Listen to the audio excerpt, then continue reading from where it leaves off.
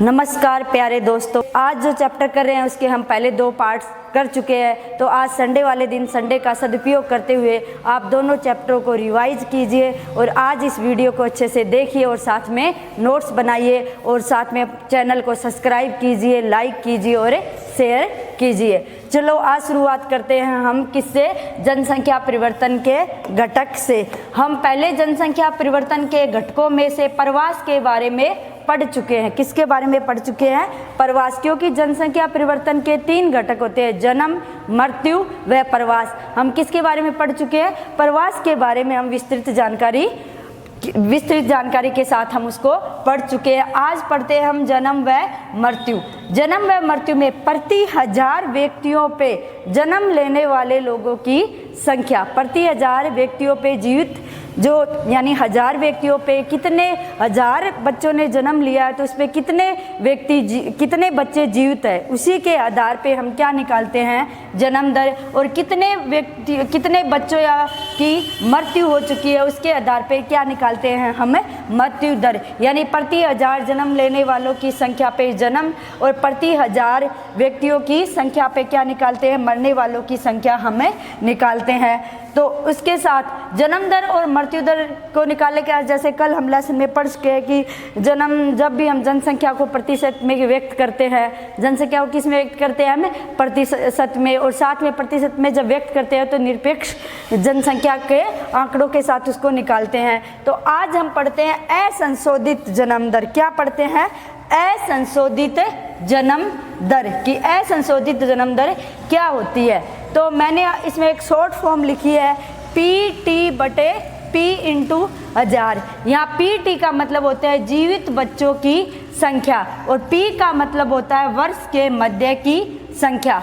जीवित बच्चों की संख्या और P का मतलब होता है वर्ष के मध्य की संख्या। तो आप इस सूत्र को ध्यान रखना कि यहाँ पे 100 नहीं है, क्या है? 1000।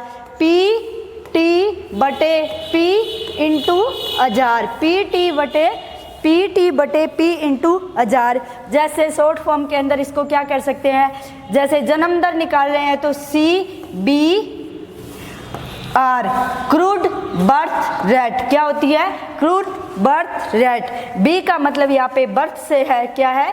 बर्थ, यानी जीवित बच्चों की संख्या। और P से यहाँ क्या है? वर्ष के मध्य की संख्या, वर्ष के मध्य की संख्या। तो आप इसे एग्जाम में शॉर्ट फॉर्म में लिख सकते हो PT/P × 1000। लेकिन आपको ध्यान रखना है, जब इस शॉर्ट फॉर्म में आप लिखते हो तो साथ में आपको PT और P का मतलब याद करना है और साथ में इसको फुल फॉर्म इसकी लिखनी है कि PT का मतलब क्या होता है? जीवित बच्चों की संख्या। PT का मतलब क्या होता है? जीवित बच्चों की संख्या। P का मतलब होता है वर्ष के मध्य की जनसंख्या। क्या होती है? वर्ष के मध्य की जनसंख्या होती है। उसी तरह हम असंशोधित मृत्यु दर को क्या ज्ञात करेंगे? असंशोधित मृत्यु दर को हम ज्ञात करते हैं। तो असंशोधित मृत्यु दर में भी वही सेम पहले सूत्र आप क्या लिख सकते हो? CDR। क्या लिखोगे? CDR D/P × 1000। क्या लिखोगे? 1000। पहले आप क्या लगा लोगे? CDR, वही क्रूड डेथ रेट, और P का मतलब वही पॉपुलेशन × 1000। P वर्ष के मध्य की जनसंख्या। पहले भी जब हमने याद किया था असंशोधित जन्म दर, सिर्फ शब्दों का हेर फेर है। सिर्फ किसका हेर फेर है? शब्दों का। यहाँ पे इसने क्या लिख रखा है? मृत्यु दर। और पहले हमने क्या पढ़ा था? क्या लिखा हुआ था? जन्म दर। पहले तो यहाँ पे क्या था? जन्म दर, और अब क्या पूछ रहे हैं यहाँ पे? मृत्यु दर। तो जन्म दर जो पूछ रहा है तो जन्म दर में हम वही, P का मतलब तो वही होगा वर्ष के मध्य की जनसंख्या, और D का मतलब क्या हो जाएगा? मर्द बच्चों की संख्या। क्या हो जाएगा?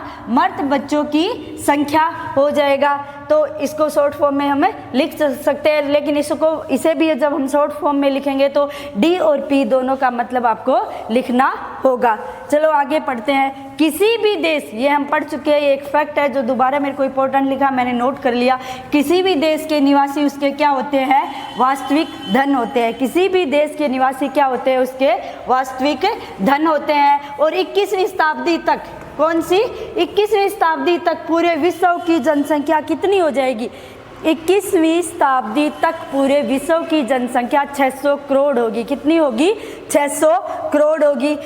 और उसके बाद हम पढ़ते हैं इसमें आगे के अनुसार, ये इंपॉर्टेंट फैक्ट है इस लेसन के जो मैं आपको बता रही हूँ, आपको एज इट इज याद करने हैं। 2001 के अनुसार भारत की जनसंख्या कितनी है? 102.70 करोड़। कितनी हो जाएगी? एक कितनी जनसंख्या है? 102.70 करोड़। ध्यान रखना है आपको, आप क्वेश्चन जब एग्जाम में आता है तो आपको ये नोटिस करना है, ध्यान रखना है पॉइंट को कि उसने 2001 की पूछी है या फिर 2011 की पूछी है। अगर 2001 की पूछी है तो आंसर क्या होगा? 121.70 करोड़। अगर 2011 के अनुसार पूछी है तो 121.02 करोड़। क्या हो गए? 121.02 करोड़। उसके बाद आती है प्राकृतिक वृद्धि दर। क्या आती है? प्राकृतिक वृद्धि दर। प्राकृतिक वृद्धि दर मैं आपको बता देती हूँ। प्राकृतिक वृद्धि दर का मतलब होता है, जैसे हमने जनसंख्या वृद्धि दर का सूत्र याद किया था, याद है ना आप लोग को, कि 2 समय अंतरालों में हुए जनसंख्या के परिवर्तन को क्या कहते हैं? जनसंख्या वृद्धि कहते हैं। उसी तरह जब 2 समय अंतरालों में जन्म और मृत्यु में अंतर होता है, 2 समय अंतरालों में जन्म व मृत्यु में अंतर होता है, तो इस जन्म व मृत्यु के अंतर को ही क्या कहते हैं? प्राकृतिक वृद्धि दर। क्या कहते हैं? प्राकृतिक वृद्धि दर। इसे शॉर्ट फॉर्म में यानी सूत्र के रूप में लिखा गया है, जन्म माइनस मृत्यु। प्रश्न आ जाता है प्राकृतिक वृद्धि दर का सूत्र क्या होता है? जन्म माइनस मृत्यु। में एक छोटी सी ट्रिक से भी कभी कभी बच्चों को याद कराती हूँ कि प्राकृतिक प्रकृति का नियम है, जो जन्म लेगा उसकी क्या होगी? मृत्यु होगी। तो अगर याद नहीं रहता है तो आप याद कर सकते हैं, ये प्रकृति का ही नियम है, जिसकी जन्म लेगा उसकी क्या होगी? मृत्यु। और वास्तव में प्राकृतिक वृद्धि दर की डेफिनेशन क्या होती है? 2 समय अंतरालों में, कितने? 2 समय अंतरालों में जन्म व मृत्यु के अंतर को क्या कहते हैं? प्राकृतिक वृद्धि दर कहते हैं। आगे दिया गया इसमें वास्तविक वृद्धि दर का सूत्र। किसका सूत्र दिया गया है? वास्तविक वृद्धि दर का सूत्र दिया गया है। जब हम प्राकृतिक वृद्धि दर में किसको जोड़ ले आते हैं? प्रवास को। कौन से घटक को ले आते हैं? प्रवास घटक को ले आते हैं, तो कौन सा सूत्र बन जाता है? वास्तविक वृद्धि दर का सूत्र बन जाता है। तो क्या हो जाएगा? जन्म माइनस मृत्यु प्लस आप्रवास माइनस उत्प्रवास। क्या हो जाता है? जन्म माइनस मृत्यु प्लस आप्रवास माइनस उत्प्रवास। बच्चे अधिकतर क्या गलती करते हैं? बच्चों से गलती होती है कि ये माइनस और प्लस में करते हैं, तो ये तो फिक्स है, ये हमने प्राकृतिक वृद्धि दर वाला ही सूत्र लिखा है कि ये प्रकृति का नियम है, जो जन्म लेता है उसकी क्या होगी? मृत्यु होगी। उसके बाद मैंने आपको बताया कि जब हम जन्म दर और मृत्यु दर में कौन से घटक को ले आते हैं? प्रवास घटक को ले आते हैं। लेने का मतलब क्या होता है? किसी चीज़ को ऐड करना। तो ऐड करेंगे तो क्या, कौन सा निशान यूज करेंगे हम? प्लस का। कौन सा निशान यूज करेंगे हम? प्लस का। यानी जन्म और मृत्यु में हम क्या ले आए हैं? प्रवास को ले आए, यानी आप्रवास माइनस किसको ले आए हैं? उत्प्रवास को। तो प्राकृतिक वृद्धि दर का सूत्र होता है जन्म माइनस मृत्यु दर, और वास्तविक का सूत्र क्या होता है? जन्म माइनस मृत्यु दर प्लस में आप्रवास माइनस क्या होता है? उत्प्रवास होता है। उसके बाद ये हम पढ़ चुके हैं कि 10 देशों में 60% जनसंख्या निवास करती है। विश्व के 10 देशों में कितनी जनसंख्या निवास करती है? 60% जनसंख्या निवास करती है। चीन, Bharat, USA, Indonesia, Brazil, Pakistan, Nigeria, Bangladesh, रूस और मैक्सिको। उसके बाद हम ये भी मैं आपको बता चुकी हूँ कि जनसंख्या को किस में व्यक्त किया जाता है? प्रतिशत में व्यक्त किया जाता है। तो अब आगे हम पढ़ते हैं एक और प्यारा सा सिद्धांत, और इस सिद्धांत का नाम है जनसंख्या नियंत्रण सिद्धांत। कौन सा सिद्धांत पढ़ने जा रहे हैं बच्चों हम? जनसंख्या नियंत्रण सिद्धांत। जनसंख्या नियंत्रण सिद्धांत माल्थस ने दिया है। किसने दिया है? माल्थस ने। कब दिया? 1798 में। कब दिया? 1798 में। आपको ये अच्छे से याद कर लेना है कि ये सिद्धांत कब दिया गया? 1798 में दिया गया है। आपको ध्यान रखना है, अक्सर जब मैं देखती हूँ बच्चों, टेस्ट होते हैं आपके, आप अच्छे से याद करके जाते हो 1798, लेकिन जब टेस्ट होते हैं एग्जाम, वो बोर्ड एग्जाम में, आप क्या गलती कर बैठे हो? क्या कन्फ्यूजन होते हो कि क्या दिया हुआ है 1798, लेकिन आप इस 1798 को क्या लिखाते हो? या तो 1898 लिखते हो या क्या लिख के आते हो? 1998। तो ना ही है 1998, ना ही है 1898, ये क्या है? 1798। तो सबसे प्यारा क्वेश्चन तो इसी लाइन से बन गया कि जनसंख्या नियंत्रण सिद्धांत कब और किसने दिया? कब और किसने? आप मुझे कमेंट करके बताइए कि ये सिद्धांत कब और किसने दिया। उसके बाद आता है इस सिद्धांत के अंदर कि जनसंख्या नियंत्रण सिद्धांत के अंदर क्या बताया गया, इसमें बताया गया है कि जो प्राकृतिक संसाधन है और जनसंख्या, उन दोनों में संबंध है, यानी प्राकृतिक संसाधन और जनसंख्या में संबंध है। इसी सिद्धांत पे इसको विस्तृत से चर्चा की गई है। माल्थस ने एक ऐसे के माध्यम से 1798 में उन्होंने हमें बताया था, कुछ फैक्ट भी डाले थे, जैसे कि जीने के लिए क्या जरूरी है। जीने के लिए हमें भोजन की आवश्यकता होती है, भोजन आवश्यक होता है। साथ में उन्होंने हमें ये बात भी बता दी कि जितने भी संसाधन है वो फिक्स है, यानी वो संसाधन बढ़ नहीं रहे हैं, वो संसाधन घट रहे हैं, यानी या तो वो क्या है, सीमित मात्रा में है। जैसे जैसे इंसान इसका उपयोग करेंगे वो संसाधन घटते जाएंगे। और साथ में उन्होंने हमें ये बता दिया कि जनसंख्या तेज गति से बढ़ रही है। जनसंख्या क्या बढ़ रही है? तेज गति से बढ़ रही है, यानी जितने भी संसाधन है, जो भी संसाधन है वो कौन से गति से बढ़ रहे हैं? जो संसाधन है वो अंकगणितीय गति से बढ़ रहे हैं। कौन सी गति से बढ़ रहे हैं? अंकगणितीय, यानी 1 2 3 4। और जो जनसंख्या है वो ज्यामितीय गति से बढ़ रही है, जैसे 2 4 8। कौन सी गति से बढ़ रही है? ज्यामितीय गति से बढ़ रही है। तो उन्होंने बताया है कि जनसंख्या खाद्य आपूर्ति की तुलना में बहुत तेज गति से बढ़ रही है, यानी जनसंख्या तो अधिक हो रही है और जनसंख्या के लिए आवश्यकता खाने की पूर्ति नहीं हो रही है, क्योंकि खाद्यान्न होते हैं वो क्या है, सीमित मात्रा के अंदर है। तो उन्होंने बताया है कि माल्थस ने कहा है कि जो जनसंख्या बढ़ रही है और संसाधन क्या है उसमें कम है, तो इनके लिए क्या होगा, प्रकृति अपने आप इन्हें क्या कर लेगी, कंट्रोल कर लेगी। यानी जो संसाधन कम है और जनसंख्या बढ़ रही है, तो माल्थस ने बताया कि इसे प्रकृति अपने आप क्या कर लेगी, कंट्रोल। और प्रकृति कंट्रोल कैसे करेगी कि क्या हो जाएगा, अकाल पड़ जाएगा, या कोई महामारी आ जाएगी, या फिर क्या हो जाएगा, कोई युद्ध हो जाएगा। क्या हो जाएगा? कोई युद्ध हो जाएगा, क्योंकि अकाल पड़ेंगे तब भी लोगों की मृत्यु होती है, महामारी आती है तब भी मृत्यु होती है, युद्ध होते हैं तब भी क्या होती है, मृत्यु होती है। तो जनसंख्या क्या हो जाएगी, ऑटोमेटिक कम हो जाएगी। जैसे आपने अभी देखा होगा था कि कोरोना काल एक क्या थी, भारत के लिए एक बहुत बड़ी पूरे महामारी थी। और इस महामारी के अंदर क्या हुई है, लोगों की, बहुत से लोगों की मृत्यु हुई है, तो जनसंख्या क्या हुई है, कम हुई है। तो ये कोरोना काल की महामारी को हम माल्थस के सिद्धांत से जोड़ सकते हैं कि ये प्रकृति ने खुद जनसंख्या को क्या किया है, कंट्रोल किया है, नियंत्रण किया है। तो उम्मीद करती हूँ कि आपको जनसंख्या नियंत्रण सिद्धांत समझ आ गया होगा। आप इसको ध्यान में रखना है कि जनसंख्या नियंत्रण सिद्धांत कब दिया, किसने दिया, और इसमें क्या बताया गया। इसमें बताया गया है कि खाद्य आपूर्ति की तुलना में जनसंख्या बहुत तेज गति से बढ़ रही है और प्रकृति इसे अपने आप कंट्रोल कर लिया। कंट्रोल करने का क्या कारण बताया है? अकाल, बीमारी, और क्या बताया गया है, इसमें युद्ध बताया गया है। आगे हम पढ़ते हैं इसमें जनसंख्या नियंत्रण के उपाय, कि जनसंख्या नियंत्रण को आगे एक नया टॉपिक है ये, कि जनसंख्या नियंत्रण के क्या उपाय है। ये क्या है, एक नया टॉपिक है, क्वेश्चन आता है एग्जाम में बहुत बार कि जनसंख्या नियंत्रण के क्या उपाय है। तो जनसंख्या नियंत्रण का पहला उपाय है परिवार नियोजन सुविधाएं जनसंख्या वृद्धि को क्या करती है, कम। महिलाओं के स्वास्थ्य को बेहतर बनाना और साथ साथ में जनसंख्या के प्रचार प्रसार करना, लोगों को जनसंख्या के प्रति जागरूक करना, गर्भ निरोधक गोलियों का उपयोग करना और बच्चों के जन्म को रोकना, या फिर बच्चों के जन्म के बीच में क्या रखना, अंतराल रखना। यानी परिवार नियोजन, लोगों को पोस्टर, जैसे हम किसी विज्ञापन के माध्यम से, पोस्टरों के माध्यम से गांव-गांव में जाकर हम लोगों को ये समझाएं कि अधिक जनसंख्या नहीं होनी चाहिए। उन्हें हम ये बताएं कि 2 बच्चों के बीच में क्या रखना चाहिए, अंतराल रखना चाहिए, ताकि महिलाओं का स्वास्थ्य क्या रहे, सही रहे। अगर महिलाओं का स्वास्थ्य सही रहेगा तो उनकी मृत्यु नहीं होगी और जनसंख्या भी बहुत तेज़ गति से नहीं बढ़ेगी। और देरी से भी विवाह के बारे में लोगों को हम बताएं कि हमें क्या करना चाहिए, शादी को देरी से करनी चाहिए ताकि उससे भी जनसंख्या ना बढ़े। तो ये है जनसंख्या नियंत्रण करने के उपाय। जनसंख्या नियंत्रण करने के उपाय, कभी कभी एग्जाम में ये भी आ जा सकता है कि जनसंख्या नियंत्रण के कोई 2 उपाय लिखिए या जनसंख्या नियंत्रण के उपायों पर टिप्पणी लिखिए।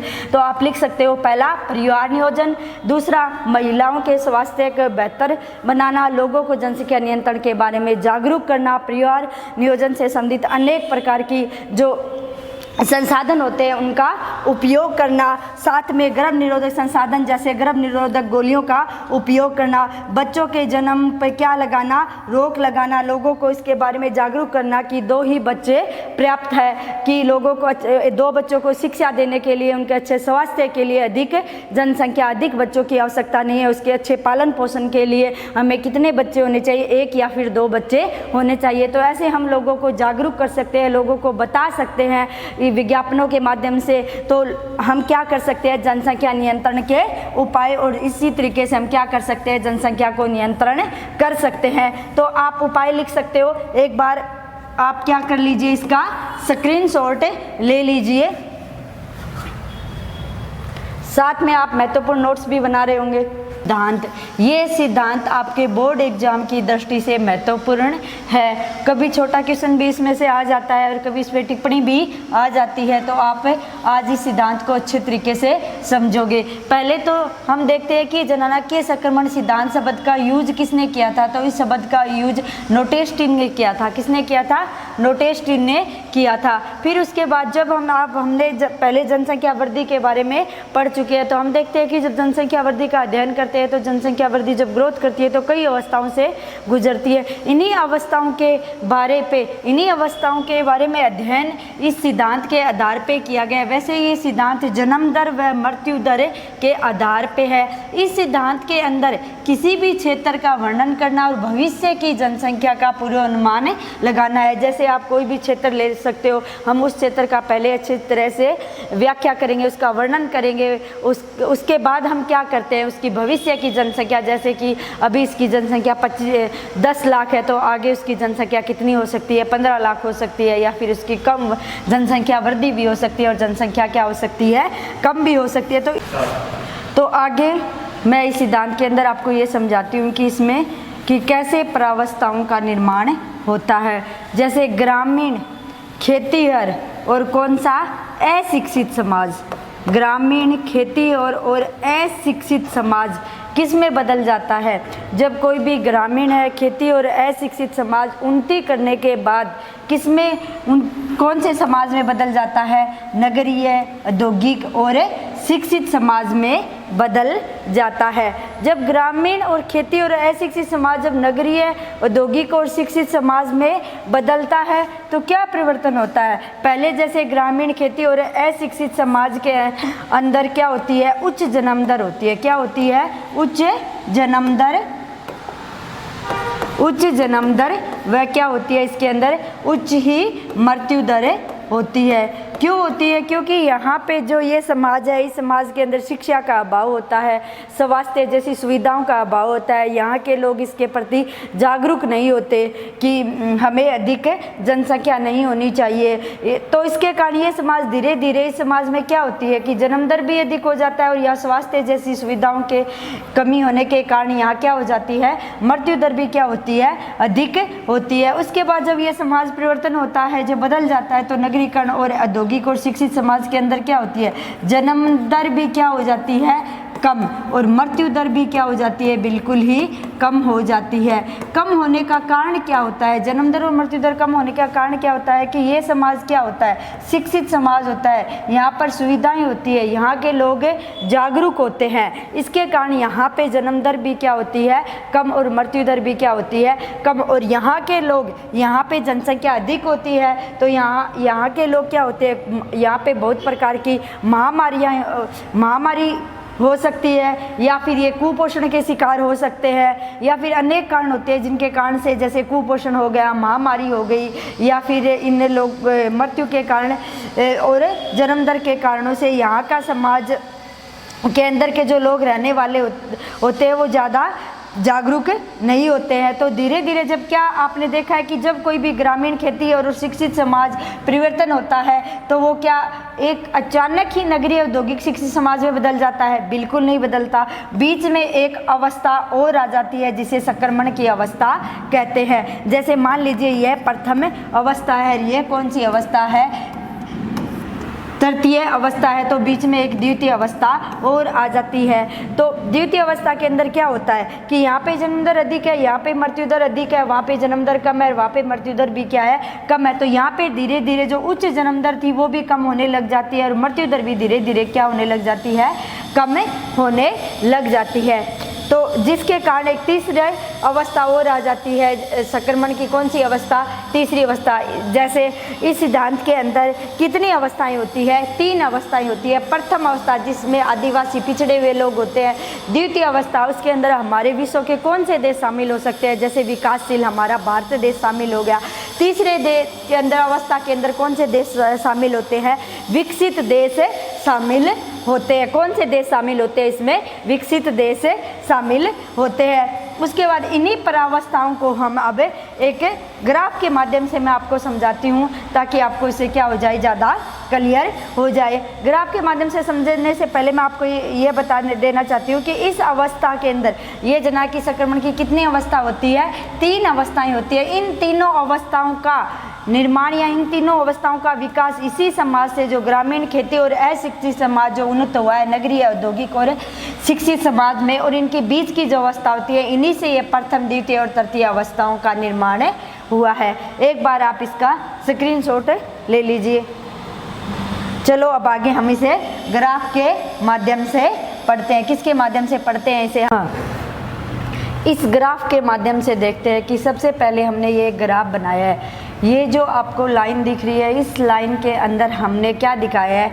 CDR और CBR यानी असंशोधित जन्म दर और असंशोधित मृत्यु दर को दर्शाया। पैमाना लिया है यहाँ पे 15 प्रति 1000 और 35 प्रति 1000 का।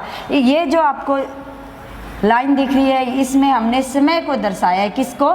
समय को दर्शाया है। अब इसमें हमने देखो, जैसे हमने जनसंख्या संक्रमण सिद्धांत के अंदर हमने 3 अवस्थाएं पढ़ी थी, प्रथम अवस्था, द्वितीय अवस्था और तृतीय अवस्था। इन तीनों अवस्थाओं को इसके अंदर इसे ग्राफ के माध्यम से हम समझेंगे। जैसे सबसे पहले अगर प्रथम अवस्था की बात करें तो आपको ये यहाँ पे दिखाई दे रहा है कि ऐसे एक ये लाइन बनी हुई है। ये लाइन जन्म दर व मृत्यु दर को, किसको?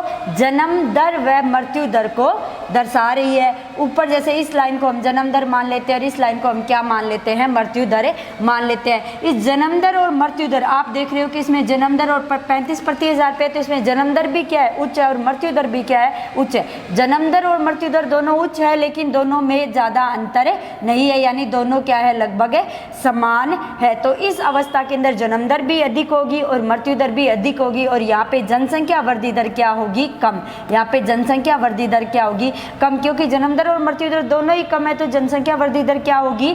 कम होगी। और यहाँ पे जन्म दर अधिक होने का कारण वही बात है कि जन्म दर अधिक है कि यहाँ के लोग शिक्षित नहीं है, यहाँ के लोग जागरूक नहीं है, और मृत्यु दर अधिक है कि यहाँ पे स्वास्थ्य, शिक्षा जैसे क्या है, इन सभी चीज़ों का क्या पाया जाता है? अभाव। यहाँ के लोग कुपोषित है, यहाँ पे अनेक प्रकार की महामारियाँ हैं। उसके बाद जब हम देखते हैं दूसरी अवस्था के अंदर, कौन सी अवस्था है? ये जो आपको दिखाई दे रही है ये कौन सी अवस्था है?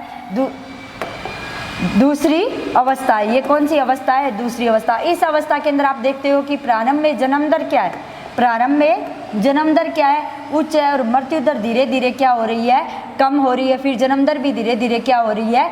कम हो रही है। इसमें बीच में क्या दिया गया? प्राकृतिक वृद्धि दर। हमने प्राकृतिक वृद्धि दर के बारे में पढ़ लिया है कि प्राकृतिक वृद्धि दर क्या है? 2 समय अंतरालों के बीच में जन्म व मृत्यु के अंतर को क्या कहते हैं? प्राकृतिक वृद्धि दर कह रहे हैं। तो इस ग्राफ में आपको दिखाई दे रहा है ये लाइन जन्म दर को इंगित करी है और ये लाइन किसको इंगित कर रही है?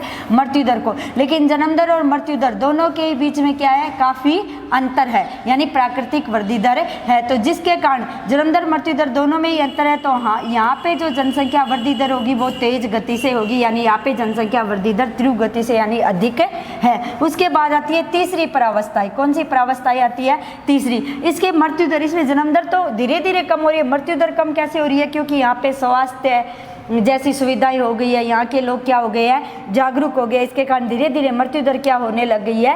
कम होने लग गई है। उसके बाद आती है तीसरी अवस्था। कौन सी अवस्था आती है? तीसरी अवस्था। तीसरी अवस्था के अंदर ये ऐसे डायग्राम में बना हुआ है। तो इस डायग्राम के अंदर ये देखो 15 पैमाना क्या है? 15 प्रति 1000। इस पैमाने के बिल्कुल पास में है, थोड़ी सी कम ज़्यादा है, बिल्कुल क्या है? पास में, यानी जन्म दर भी यहाँ पे क्या है?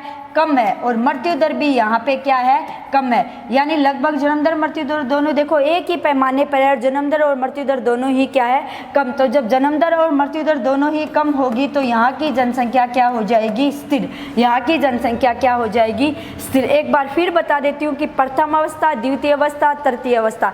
प्रथम अवस्था के अंदर जन्म दर भी उच्च है, मृत्यु दर भी उच्च है। देखो आपको दिखाई दे रही है, यहाँ जन्म दर प्रारंभ में उच्च है, धीरे धीरे क्या हो रही है, कम, और मृत्यु दर भी धीरे धीरे क्या हो रही है, कम। लेकिन जन्म दर और मृत्यु दर में दोनों में क्या पाया जाता है, अंतर। तो यहाँ पे कौन सी वृद्धि है, प्राकृतिक वृद्धि दर है। यहाँ पे जनसंख्या तेज गति से बढ़ रही है। तीसरी अवस्था के अंदर जन्म दर भी कम है और मृत्यु दर भी क्या है, कम है। तो जनसंख्या क्या हो रही है, यहाँ पे स्थिर हो रही है।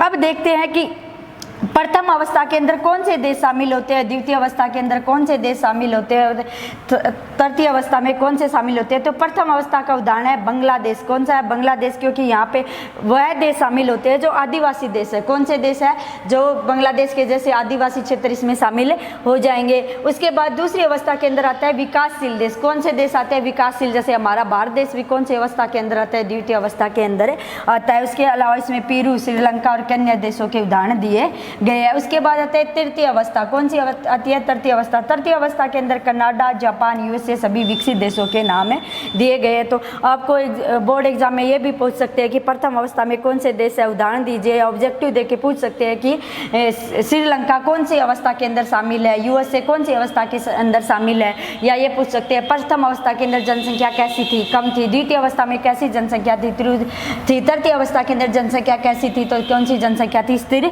जनसंख्या थी। तो इस जननांक की संक्रमणीय सिद्धांत को हमने अवस्थाओं के माध्यम से, ग्राफ के माध्यम से अच्छी तरीके से समझ लिया है कि इसके अंदर कौन कौन सी अवस्थाएं हैं और कौन कौन सी अवस्था। अब मैं आपको एक बार फिर से इसको रिपीट करवा देती हूँ कि इसके अंदर कौन कौन सी अवस्थाएं हैं। एक बार फिर तो फिर से रिपीट कर लेते हैं कि इस सिद्धांत के बारे में। जननांकीय संक्रमण सिद्धांत किसी भी क्षेत्र का वर्णन करने के लिए और भविष्य की जनसंख्या का पूर्वानुमान लगाने के लिए इस सिद्धांत का उपयोग किया जाता है।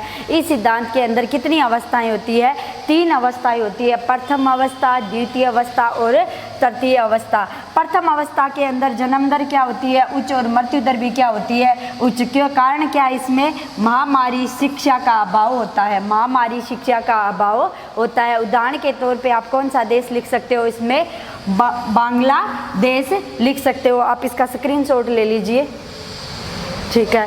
अब हम आगे इसको देखते हैं कि उसके बाद कौन सी अवस्था आती है, द्वितीय अवस्था। कौन सी आती है, द्वितीय अवस्था। द्वितीय अवस्था के अंदर जन्म दर उच्च और मृत्यु दर क्या, यानी प्रारंभ में मृत्यु दर भी, जन्म दर उच्च होती है, धीरे धीरे जन्म दर और मृत्यु दर क्या होने लग जाती है, कम होने लग जाती है। और इसके उदाहरण पेरू, श्रीलंका और कन्या। कारण क्या होता है यहाँ पे जन्म दर मृत्यु दर कम होने का, शिक्षा, स्वास्थ्य केंद्रों की स्थापना हो जाना, स्वास्थ्य जैसी सुविधाओं का क्या हो जाना, सुविधाएं होना। उसके बाद आती है तृतीय।